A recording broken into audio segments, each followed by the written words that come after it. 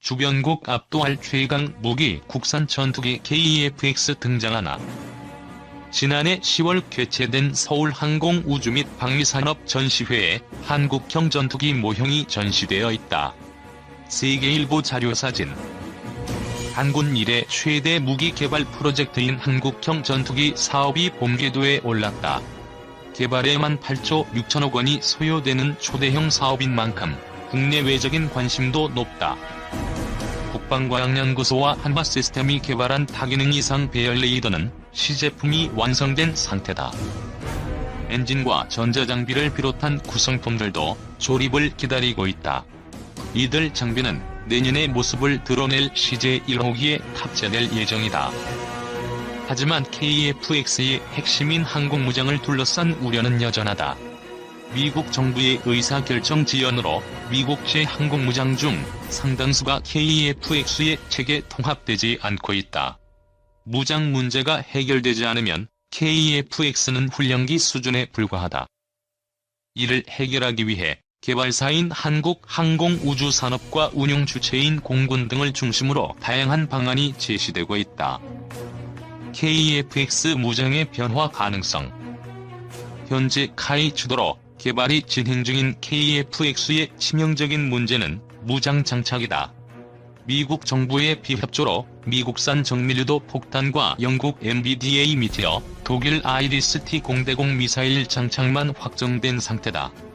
미국이 태도를 바꾼다고 해도 F-35A에 쓰이는 무장과 큰 차이가 없다.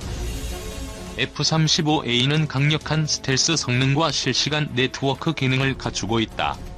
미국이 F-35A 개발 당시 AIM-120 중거리 공대공 미사일을 별다른 문제 의식 없이 탑재한 것도 절대적인 스텔스 우위 덕분이다.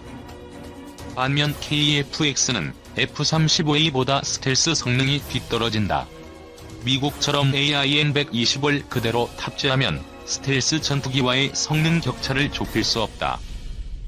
중국이나 러시아처럼 150km 이상의 거리를 빠르게 날아가는 장거리 공대공 미사일이 필요한 대목이다. 미국 로키드 마틴이 2020년대 초반을 목표로 AIM-120보다 사거리가 훨씬 긴 AIM-260 신형 장거리 공대공 미사일을 개발하는 이유다. KF-X에 탑재되는 미티어 미사일은 현재 상황에서 이 같은 요구 조건에 부합하는 무기다. 음속의 4배가 넘는 속도로 최대 200km 떨어진 적기를 격추할 수 있다. 미티어 미사일이 KF-X의 공중전 능력을 크게 높일 수 있다는 평가를 받는 이유다. 반면 최신형 AIM-120은 160km를 날아간다. 미국이 AIM-260을 실전 배치하면 AIM-120은 한 세대 이전 무기로 전락한다. 문제는 단거리 공대공 미사일이다.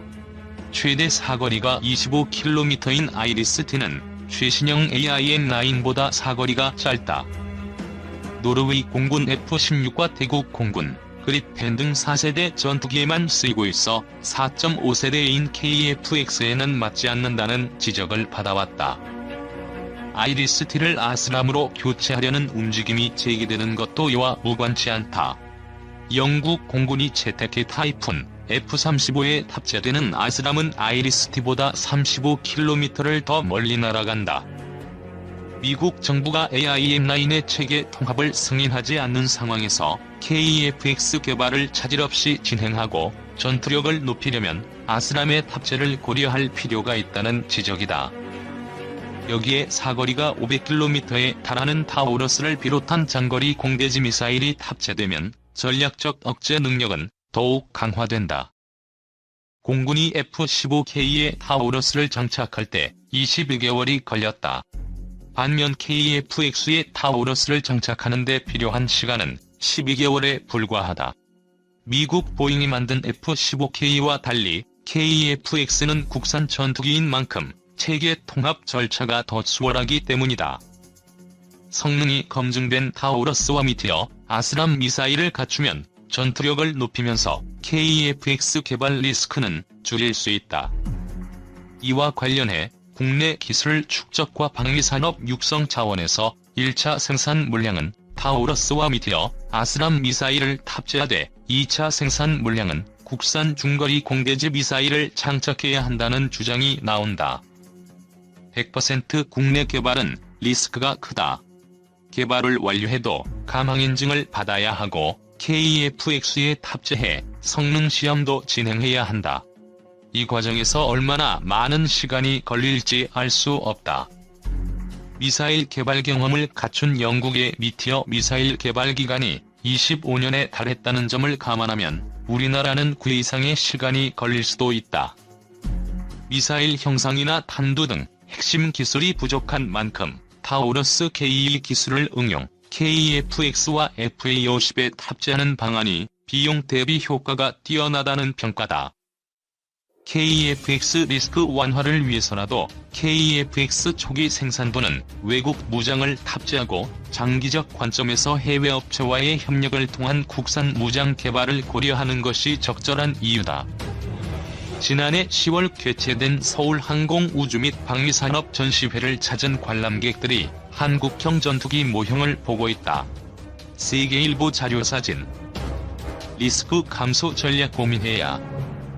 KF-X를 성공적으로 개발해 실전 배치하기까지는 많은 리스크가 남아있다. 실시간 네트워크를 중시하는 현대전장 환경은 전투기를 기계가 아닌 전자제품의 성격이 강한 장비로 탈바꿈하도록 요구한다. 그만큼 개발 과정에서 리스크가 크다. KF-X 개발 및 운용 과정에서 발생할 리스크는 체계 통합과 기체 개발을 맡고 있는 카이에 집중되어 있다.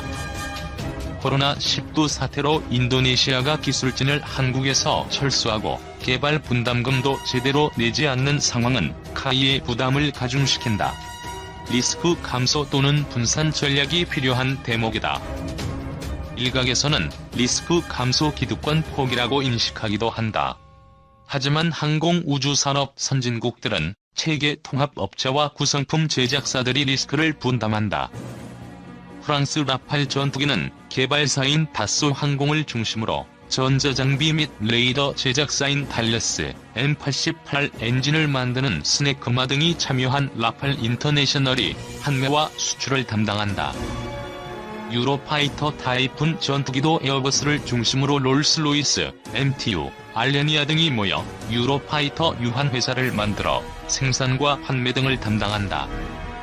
전투기를 매개로 다수의 유럽 업체가 지분을 보유한 채 개발과 생산, 판매에 참여하면서 수익 창출을 위해 리스크를 분담하면서 판매를 촉진하는 효과를 얻었다. 독일과 영국, 프랑스 등 유럽 각국 정부도 직간접적으로 자국 방산업체에 대한 지분을 갖고 있는 경우가 많다. 정부도 리스크 분담에 참여하는 셈이다. KF-X도 마찬가지다. 100km 떨어진 곳에 있는 적을 공격하는 능력을 갖춘 전투기 개발은 국내에서 처음 진행되는 것이다. 전투기 개발 경험이 없는 중견기업인 카이로서는 부담이 크다. 한국형 전투기에 탑재될 F-414 엔진이 지난해 10월 개최된 서울항공우주 및 방위산업 전시회에서 한화 부스 앞에 전시되어 있다. 세계일보 자료사진. 실제 비행시험에서 발생할 다양한 문제점을 신속하게 해결하고 판매 증대를 위한 기반을 마련하기 위해 한화 에어로스페이스, 한화 시스템 등 KF-X의 구성품을 납품하는 국내외 방산업체를 모아 KF-X 인터내셔널을 만들 필요가 있다는 지적이 나오는 이유다. 정부도 카이 지분을 갖고 있으므로 카이를 통해 간접 참여할 수 있다. 이는 KF-X의 신뢰를 갖지 못하는 잠재적 구매국들의 불신을 낮추는 효과도 있다. 현재 KF-X 개발은 되돌릴 수 없는 단계까지 진입한 상태다. 공군 전투력을 강화하면서 항공우주산업 발전에 긍정적인 영향을 주려면 첨단 항공무장 장착과 리스크 감소 전략이 필수다. 공군과 카이 등 방산업계의 움직임에 관심이 집중되는 이유다. 은폐를 뜻하는 스텔스 기술은 현대 항공기 개발 과정에서 빼놓을 수 없는 가장 주목받는 분야 중 하나입니다. 우리 공군도 지난해까지 록히드 마틴의 F-35이 10여 기를 인수했고 내년까지 모두 40기를 도입할 계획입니다. 국민들도 첫 스텔스기 도입에 열광적인 반응을 보였습니다. 도대체 어떤 기술이길래 이렇게 관심이 집중될까요? 9일 청주대 고려대 연구팀이 한국군사과학기술학회에 제출한 스텔스 항공기 기술과 미래 항공전장 보고서에 따르면 스텔스 기술의 핵심은 레이더 노출 면적과 관련이 있습니다. 레이더에서 방출하는 전자기장은 물체를 만나 반사되거나 표면을 따라 흐르기도 하는데, 이런 정보로 RCS를 산출하고 항공기의 유형을 결정하게 됩니다. 가장 큰 덩치를 자랑하는 전략 폭격기 B-52는 길이만 48.0m 혹은 56.4m에 이릅니다. 대륙간 고공비행이 가능해 이른바 가성비가 매우 좋은 편이지만 RCS는 100제곱미터로 은밀한 침투는 불가능합니다. 반면 죽음의 백조로 불리는 스텔스 폭격기 B-1B는 길이 44m 혹 41m로 적지 않은 크기이지만 RCS가 10제곱미터에 불과합니다. 길이 20.9m, 폭 52.1m인 스텔스 폭격기 B-는 RCS가 0.75제곱미터로 큰 새 정도로 보입니다. 심지어 스텔스 전투기인 F-35A와 F-22는 RCS가 각각 0.001제곱미터, 0.0001제곱미터로 골프공처럼 보인다고 합니다. 북한의 주력기인 미그-21과 미그-29의 RCS가 각각 4.0제곱미터, 3.0제곱미터라고 하니 차이가 얼마나 큰지 실감할 수 있습니다. 조종실 창문도 스텔스 기술 적용. 여러분도 잘 아시다시피 RCS를 줄이는 가장 기본적인 방법은 항공기의 레이더파 반사 면적을 줄이는 것입니다. 특히 평평한 동체 옆면과 높은 수직꼬리 날개는 RCS를 크게 높입니다. 따라서 가급적 동체에 굴곡을 주고 수직꼬리 날개는 살짝 눕히는 방식으로 변화시킵니다. 날개 두께를 최대한 얇게 만들고 레이더파가 날개 뒤로 흘러 퍼지는 면적을 줄이기 위해 후퇴각을 크게 하는 것도 필수입니다. 이런 형태는 공기역학적인 측면에서도 도움이 됩니다. 한국형 차세대 전투기에도 적용된 기술입니다. 전투기의 공기 흡입구도 의외로 RCS를 크게 높이는 기능을 합니다. 레이더파는 공기 흡입구 안으로 침투한 뒤 내부의 회전 날개에 반응합니다. 그래서 F-117과 B-2는 공기 흡입구를 기체 위쪽에 만들었는데 비행 성능이 떨어지는 문제가 생겼습니다. F-22는 문제를 해결하기 위해 공기 흡입 통로를 곡선화한 S자 공기 흡입구를 적용했습니다. F-35에도 적용된 스텔스 설계의 가장 핵심적인 부분입니다. 여러분이 잘 모르는 또 다른 의외의 공간은 조종실 창문입니다. 레이더파 에너지는 조종실 창문을 통해 실내로 들어와 내부 장치들에 반사돼 다시 대기 중으로 확산될 수 있습니다. 이를 차단하기 위해 전도성 금속체를 조종실 창문에 얇게 바르는 방식이 도입됐습니다. 다른 핵심 기술은 레이더파 흡수 재료입니다. F-22와 F-35는 특수 도료와 흑연이 가미된 우회전 복합 소재로 레이더파를 흡수하는 기능을 갖췄습니다. 뿐만 아니라 스텔스 표면을 여러 겹으로 설계해 일부 표면이 파손돼도 스텔스 기능이 유지되도록 하는 기능이 있습니다. 최근에 개발된 섬유강화 고분자 복합 재료는 전자파 흡수뿐만 아니라 하중을 지지 기능도 있어 장점이 많다고 합니다.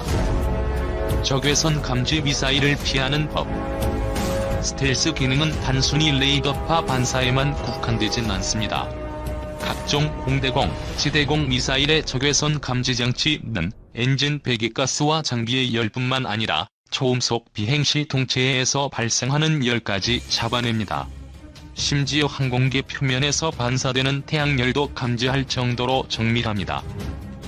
F-22는 지상에서 배기가스 열을 감지하지 못하도록 동체 위쪽으로 가스를 배출합니다. 또 배기구 모양을 사각형으로 만들고 배기가스가 주변으로 빠르게 흩어지도록 해 더 빠르게 냉각하는 기술을 적용했습니다. 또 프레드 휘트니사의 F-119PW100 엔진은 최대 마하이 이상의 강력한 추력을 갖고 있으면서도 연기를 거의 발생시키지 않는다고 합니다. 여기에 항공기 앞부분에 고속 운항으로 인한 마찰열을 감소시키는 설계도 했습니다. 스텔스기의 동체 위쪽을 평평하게 설계하는 것은 단순히 모양을 예쁘게 만들기 위한 것이 아닙니다. 항공기에서 빛이 반사되는 섬광 현상을 최대한 줄이기 위한 목적입니다. 평평한 면은 빛이 반사되는 각도를 줄여 사람 눈으로 인식하기 어렵게 만듭니다. 빛이 반사되는 정도가 각기 다른 페이트를 적절히 분배해 취하는 것도 중요합니다. 이밖에 전투기 레이더 파도 적의 전자 정찰에 노출되지 않도록 저피탐 기능을 적용합니다. 사업청에 따르면 KEFX 사업은 올해로 4년 차에 착수했는데 만들어진 일자리가 6,800개에 이릅니다. 기업, 연구소, 대학 등 111개 기관이 참여해 일으킨 사업의 경제적 효과는 현재 2조 1천억 원으로 추산되고 있습니다. 여러분도 잘 아시다시피 거제, 통영 지역은 조선업 침체로 지역경제 붕괴 수준의 위기를 겪었습니다. 그런데 KEFX를 개발 중인 카이는 올해 초부터 7월까지 경력 근로자 193명 중 55명을 조선업계에서 채용했습니다. 2016년부터 지난해까지도 200명이 넘는 조선업 숙련 인력이 카이로 이직했다고 합니다. 전투기 개발 사업이 실업 인력을 빠르게 흡수해 지역 경제를 안정화시키고 조선업 중심의 산업 구조를 변화시키는 기폭제가 되고 있다는 겁니다. 앞으로도 7년이 남아 더 많은 일자리를 창출할 기회가 있습니다. 2017년 7월 경기 용인시 한화시스템 영인 레이더 연구소에서 열린 KEFX의 능동주사 시위상 배열 레이더 공개 행사에서 연구원들이 장비를 살펴보고 있다. 연합뉴스. 경제성 적은 분야 빼고 모두 국산화. KEFX의 국산화율은 65%입니다. 이것을 들어 왜 국산화율이 100%가 아닌가? 그렇다면 차라리 수입하는 게 낫지 않으냐고 비난하는 분들이 있습니다. 그러나 전문가들은 하나만 알고 둘은 모르는 지적이라고 말합니다. 정광선 방위사업청 한국형 전투기 사업단장은 엔진, 착륙장치, 기총 등과 같이 아직은 기술이 부족하거나 경제성이 적어 개발을 제외한 것들을 빼고 우리가 할 수 있는 거의 모든 것을 국산화하는 것이라고 설명했습니다. 한국의 전투기 개발 능력은 이제 걸음마를 막 뗀 수준입니다. 우리가 개발했다고 알려진 경공격기 FA-50도 외국산 부품이 많아 핵심 장비 수리는 외국 업체에 맡기는 사례가 많았습니다. 로키드 마틴과 공동 개발한 초음속 고등 훈련기 T-50을 개조한 것으로 완벽한 국산화로 부르긴 어려운 수준이었습니다. 그러나 KEFX는 독자 플랫폼으로 개발돼 언제든 무기체계와 전자장비를 국산 제품으로 장착할 수 있는 장점이 있습니다.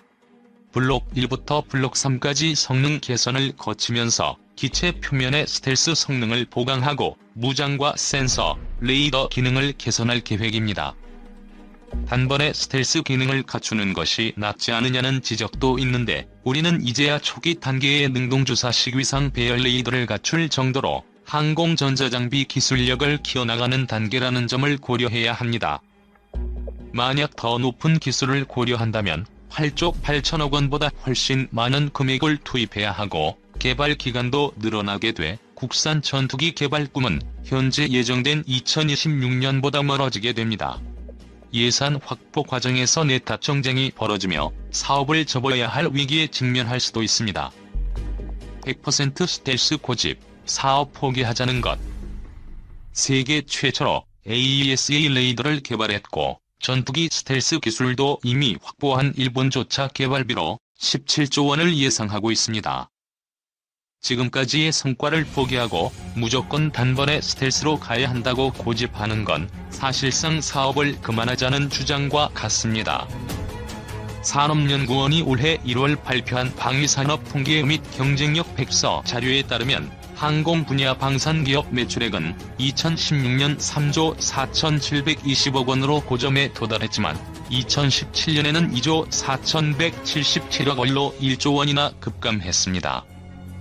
수출액도 같은 기간 8,553억 원에서 3,041억 원으로 줄었습니다. 항공 분야는 2017년 기준 국내 방위산업 매출액의 17.2%를 차지, 화력 다음으로 큰 분야여서 산업 전반의 위기감이 높아지고 있습니다. 이런 상황에서 구원투수로 등장한 것이 KEFX 사업입니다. 항공 분야 연구 개발 인력 비중은 36.9%로 전년 대비 6.8%포인트 증가했는데 KEFX가 큰 영향을 미쳤습니다. 사업에 힘을 실어주지는 못할 망정, 이제 첫 발걸음을 뗀 개발팀의 사기부터 꺾는 행위는 전환기를 맞이하려는 우리 방위산업을 위축시키는 나비 효과로 이어질 수 있습니다. 박재찬 영남대 교수가 작성한 보고서에 따르면 KEFX의 기술 파급 효과는 국산화율 65%를 기준으로 1조 1200억 원에 이를 것으로 추산됐습니다. 다른 항공기 설계와 장비 개발, 조종사 훈련 등 거의 모든 항공산업 분야에 영향을 미치는 것으로 분석됐습니다. 동남아시아 시장 공략 발판으로 육성해야. 이는 전투기는 물론 항공장비의 해외 수출로 연결될 수 있는 중요한 기회이기도 합니다. 비록 T-50 미국 수출과 수리온 헬기 필리핀 수출에서는 좌절했지만 기술 수준을 계속 고도화하면 기회는 다시 올 겁니다. 특히 KEFX는 F-35E의 절반, 우리 주력 기종인 F-15K 수준의 저렴한 운영비가 장점이어서 제대로 개발한다면 동남아 시장 공략의 발판이 될 수 있습니다.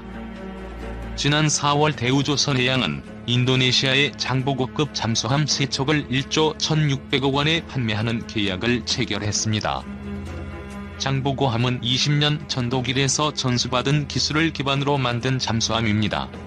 우리 방위산업의 미래가 여기에 있습니다. 단기간에 머릿속으로만 뚝딱 만들어지는 기술은 없습니다.